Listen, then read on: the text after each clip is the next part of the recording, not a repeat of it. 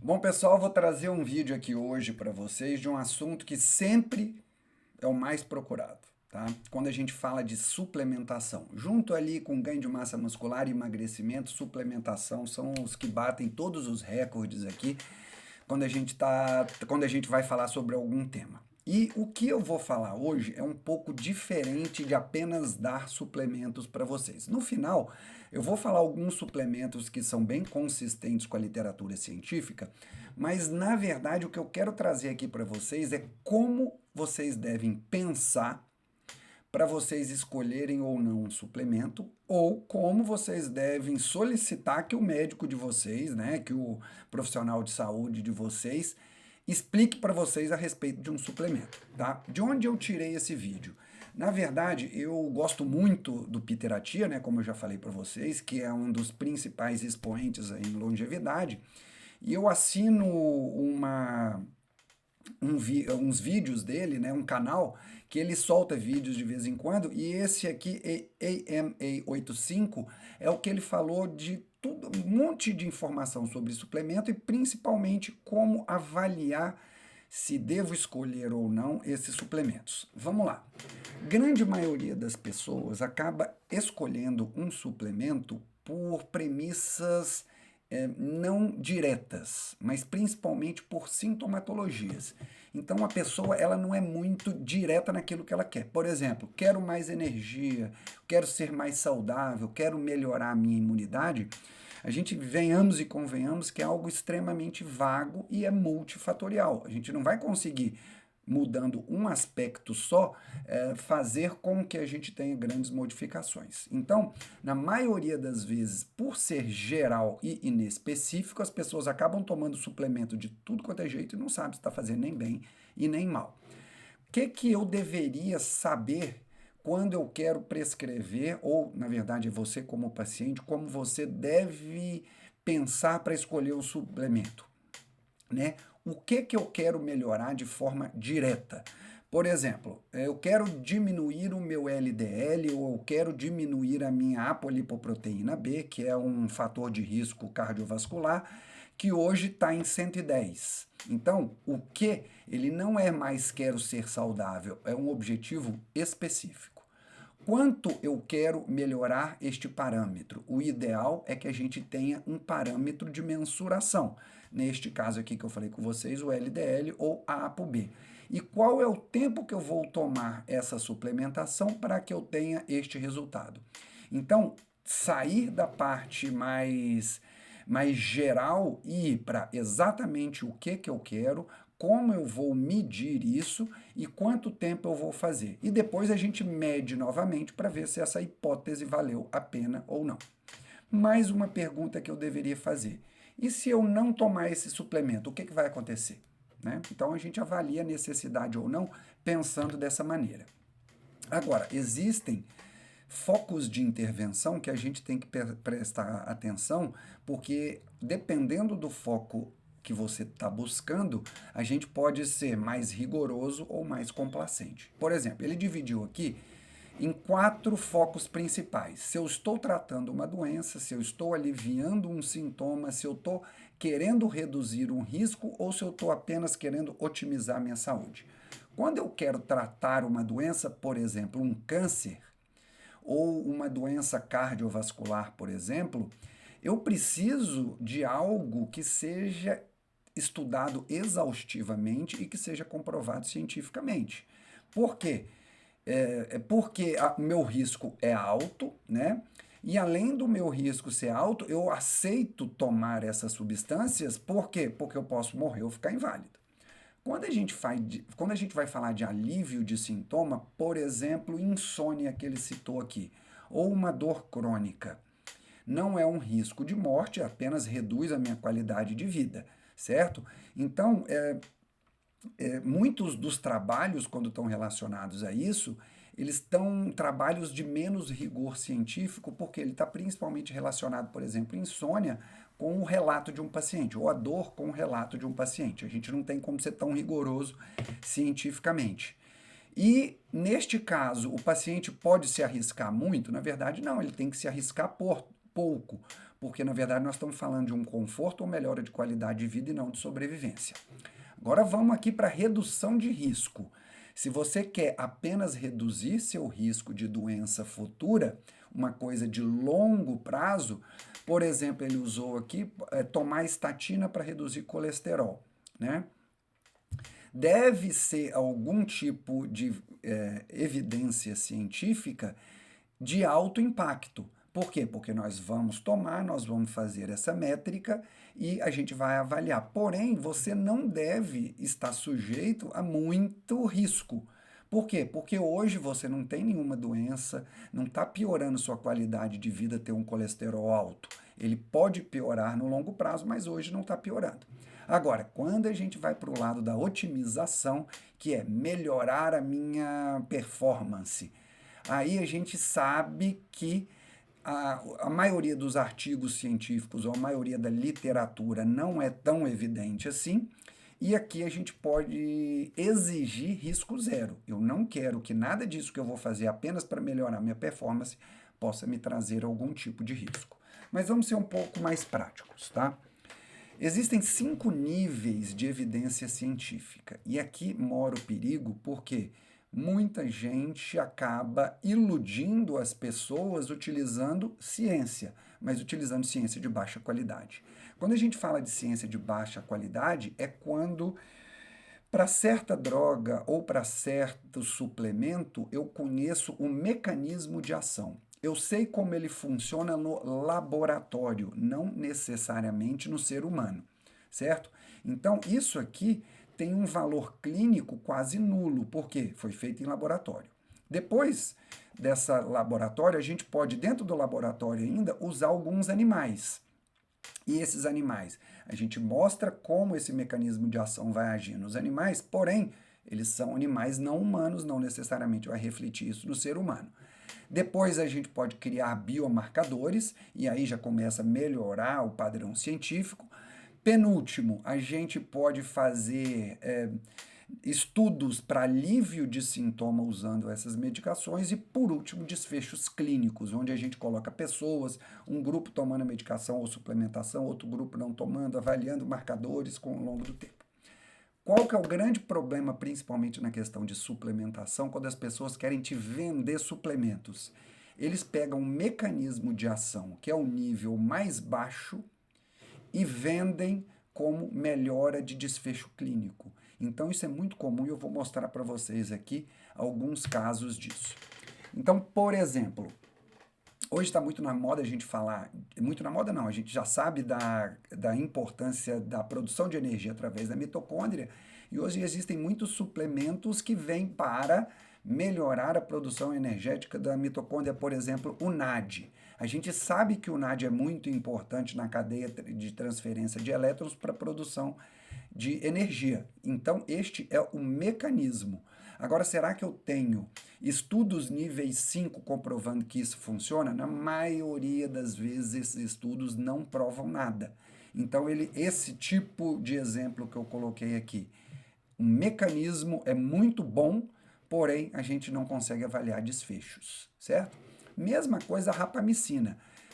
Desculpa, mesma coisa não. Olha como é que a rapamicina está melhor do que o NAD. Por quê? A gente sabe que o mecanismo também é muito, muito bom, a gente conhece esse mecanismo, a gente tem reprodutibilidade científica, principalmente na questão imunológica, mas quando a gente fala para longevidade em humano, existem algumas dúvidas dos artigos científicos. Então, existe uma probabilidade, mas até você falar que ela é eficiente em ser humano, aqui é difícil provar. Então, essa é uma outra pergunta que ele colocou que eu achei bem interessante. Se nós estivermos falando de uma droga ou suplemento, e qualquer um dessa droga ou suplemento, a gente tirar o mecanismo de ação e a gente se basear só nos outros níveis científicos, você tomaria essa medicação? Ou seu médico passaria essa suplementação para você? Essa é uma outra pergunta a ser feita. E aqui talvez, eu sei que isso aqui vai ser um pouco técnico, mas aqui está onde a grande maioria da indústria engana o paciente. Uma diferença entre risco relativo e risco absoluto. Risco relativo é a redução dos eventos que esse suplemento vai causar. Então, por exemplo, se nós estamos falando aqui, um paciente tem alto risco, nós estamos falando, sei lá, de uma doença que mata o paciente, e tem 30% de chance de acontecer nesse paciente. Se eu reduzir para 15%, o risco relativo caiu 50%. Então, é um risco relativo significativo. E aí, quando você olha redução de risco em 50% deste achado, ou de mortalidade, ou de doença, você fica muito inclinado a achar que isso vale a pena. Quando o paciente é de alto risco, você vê que realmente o risco relativo reduziu 50%, saiu de 30% de chance de mortalidade para 15%, o que justifica a gente tomar essa medicação. Agora vamos falar de um outro suplemento, tá? Em que o risco relativo também foi 50%. A chance que tinha do evento acontecer com você era 1%. Se eu reduzir o risco relativo em 50%, ela foi de 1 para 0,5%. Então, o risco absoluto, que é a quantidade de risco mesmo real nos pacientes, nós estamos falando que diminuiu 0,5%. Às vezes eu preciso de 200 pacientes tomando essa suplementação para que um seja beneficiado. Será que realmente vale a pena? Essa é uma pergunta que a gente tem feito. E aqui, risco relativo é o que a maioria da indústria farmacêutica, suplementação, utiliza para tentar te convencer que vale a pena tomar, beleza? Se você focar só no risco relativo, eles vão te enganar. E existem outros fatores que você tem que levar em consideração para ver se vale a pena tomar essa droga. Primeiro é que a gente sempre presta atenção, eu acho que é óbvio por necessidade, será que isso que eu estou tomando vai me fazer mal biologicamente? Se for, sai fora. Agora, e o custo financeiro? Será que isso que eu estou tomando vai me fazer bem, mas vai me fazer bem tão pouco e eu gasto tanto? Você vai ter que pensar se vale a pena ou não. Será que isso que eu estou tomando é tão estressante para eu tomar, porque eu tenho que tomar de manhã, tenho que tomar à tarde, tem hora definida, tenho que tomar à noite, que isso pode me causar algum tipo de estresse? É outro ponto que a gente tem que pensar. O custo da oportunidade é interessante porque muita gente deixa de fazer o que tem que fazer porque começa a suplementar. E com certeza você pular etapas de eventos que precisam ser feitos por conta de suplementação, você está errando. E outra coisa, sobrecarga de monitoramento. Será que a gente está tendo que monitorar tantas vezes o que a gente está buscando que vale a pena? E aqui ele citou um exemplo interessante de oxigênio-terapia hiperbárica que um paciente dele estava fazendo, que eram 10 horas por semana. Então, de segunda a sexta-feira, ele tinha que pegar o carro, ir meia hora para o local da câmara hiperbárica, fazer 1 hora de câmara hiperbárica e voltar meia hora para casa. Então ele gastava 2 horas por dia, 10 horas por semana. Será que se esse cara pegasse essas 10 horas por semana, fizesse uma atividade física bem feita, 2 horas por dia, ele não teria mais benefício do que usar, por exemplo, esse exemplo da oxigenoterapia, certo? Então, aí, quando a gente fala de suplementação, é muito bom a gente comparar medicamento versus suplemento. E isso, gente, vocês têm que estar muito atentos, porque a gente vê muita gente comprando muita suplementação em qualquer lugar ou comprando muita suplementação em farmácia. Por quê? Quando a gente fala de medicamento, esses medicamentos, para serem colocados à venda, eles precisam de um rigor científico significativo daqueles que eu expliquei ali atrás para vocês, tá? E precisa exatamente dessa auditoria e controle. Muitas vezes o mercado de suplementação não. Quando a gente vai falar da confiabilidade química, a indústria farmacêutica ela é muito fiscalizada. Se eu falar que eu tenho aqui 5 miligramas de uma droga X, cada comprimido tem que ter 5 miligramas. Muitas vezes a indústria farmacêutica, não, a indústria de suplemento, de manipulação, ela não traz isso com tanto rigor. E uma outra coisa, o médico aqui sabe que ele tem um respaldo. Neste ponto aqui, é difícil a gente saber se a indústria de manipulação que você está escolhendo, um médico confia. Então, a gente tem que ficar atento nisso. Quando for fazer manipulação, fazer principalmente em farmácias confiáveis, sejam confiáveis do seu médico ou de você, né? Porque isso é muito importante para o resultado final. Por que a indústria de suplementos pode falhar tanto? Primeiro, falha de eficácia, né? Então, muitas das vezes, como eu falei com vocês, elas se baseiam em estudos in vitro, que é a base daquela pirâmide científica, e o mecanismo falando que vai dar desfecho clínico. Outras vezes, ela, dependendo da farmácia de manipulação, ela não tem a qualidade e o rigor de pureza, e aí às vezes a gente pode estar tomando algo até contaminado, né? Outra coisa é, nem tudo que é bom, por exemplo, de suplemento, é bom para todo mundo o tempo todo. E a gente vê que muita gente fica tomando muitos suplementos, inclusive suplementos conflitantes que podem dar prejuízo para a saúde. E por último, aqui uma falha comportamental, onde as pessoas começam a depender de suplemento e param de fazer o que tem que fazer. Certo?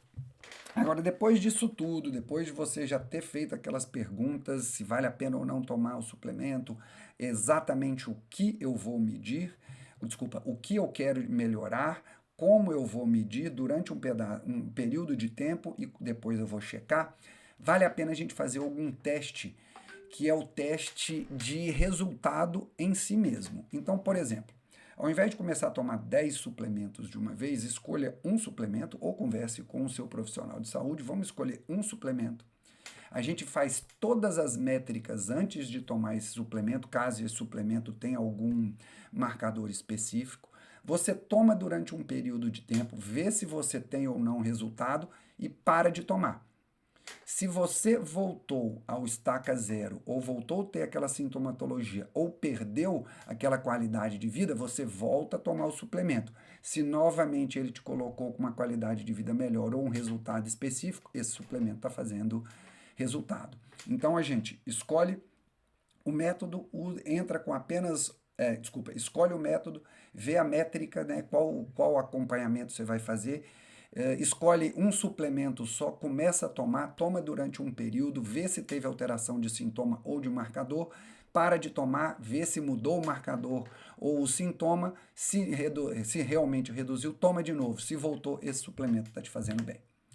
Certo? Porque na maioria das vezes a gente pode estar passando por um período em que tenha uma patologia ou uma sintomatologia específica e essa patologia já está em fase de declínio.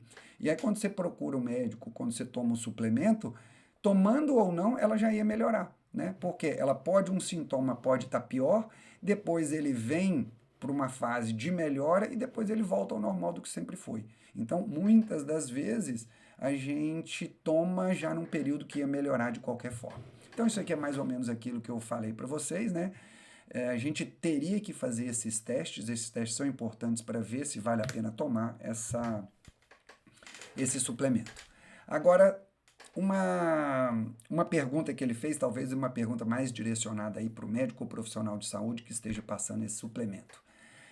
Se eu não tivesse tomando esse suplemento hoje, tá? Um suplemento X, se eu não tivesse tomando esse suplemento, com base no que eu tenho hoje de sintomatologia e com base que eu tenho nos artigos mais recentes, eu voltaria a tomar esse suplemento?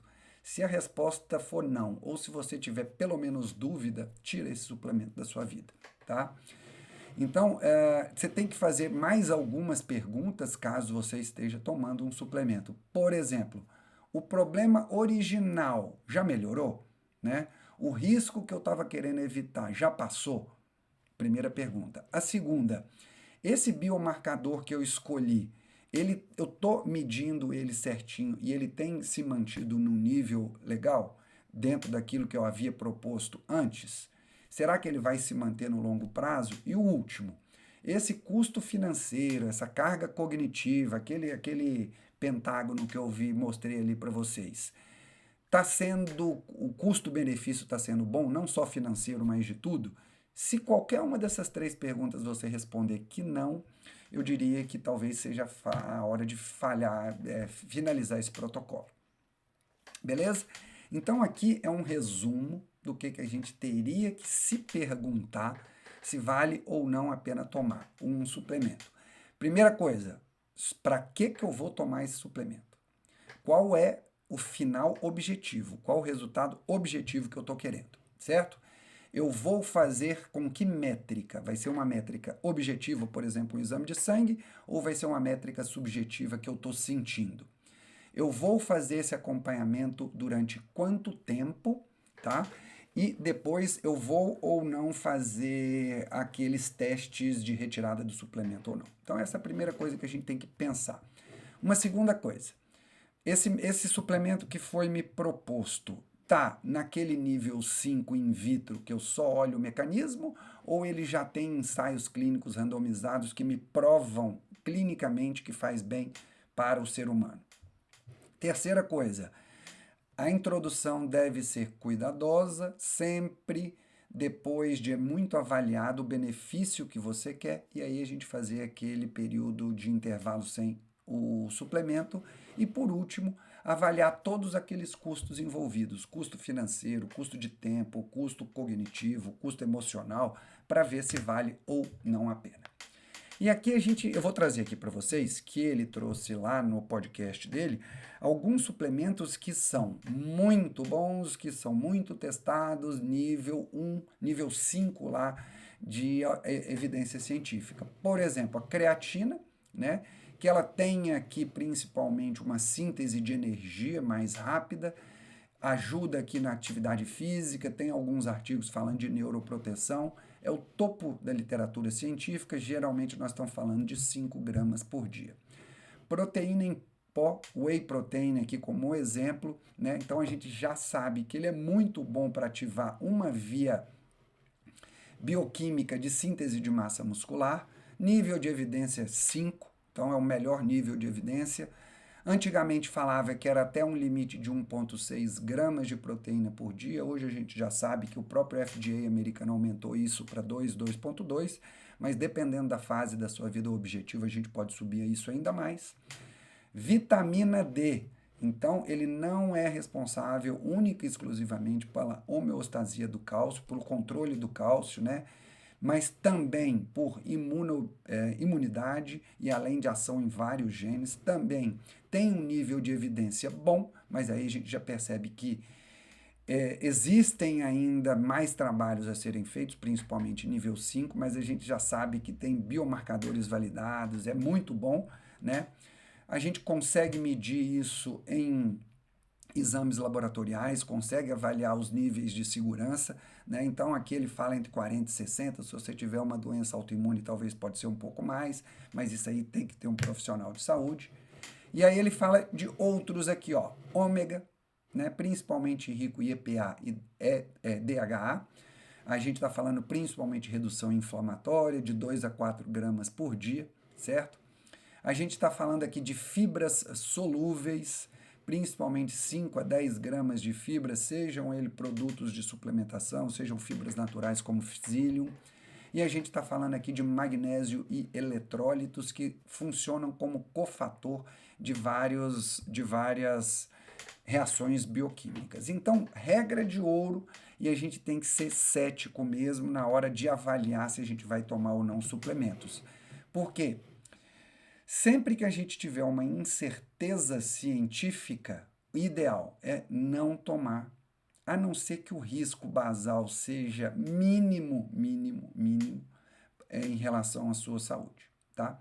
Então, eu sei que é uma discussão que às vezes pode ser técnica, mas se você fixar principalmente nestes pontos das perguntas que eu passei para vocês, eu acho que isso vai ajudar muito, tá? A você chegar aí numa avaliação se vale ou não tomar a suplementação. Por quê? É um mercado que está crescendo muito, é um mercado que tende a crescer muito mais que o mercado de wellness, mas é um mercado que muitas vezes as pessoas, principalmente as indústrias, utilizam daqueles riscos relativos ou utilizam de trabalho de menor qualidade para tentar te convencer. Espero que você tenha gostado desse vídeo. Se você gostou, curta. Se você acha que pode fazer sentido para alguém, principalmente essas pessoas que estão tomando muito suplemento sem nenhum tipo de controle, encaminhe para ele que talvez você possa ajudar. Tá bom? Até o próximo.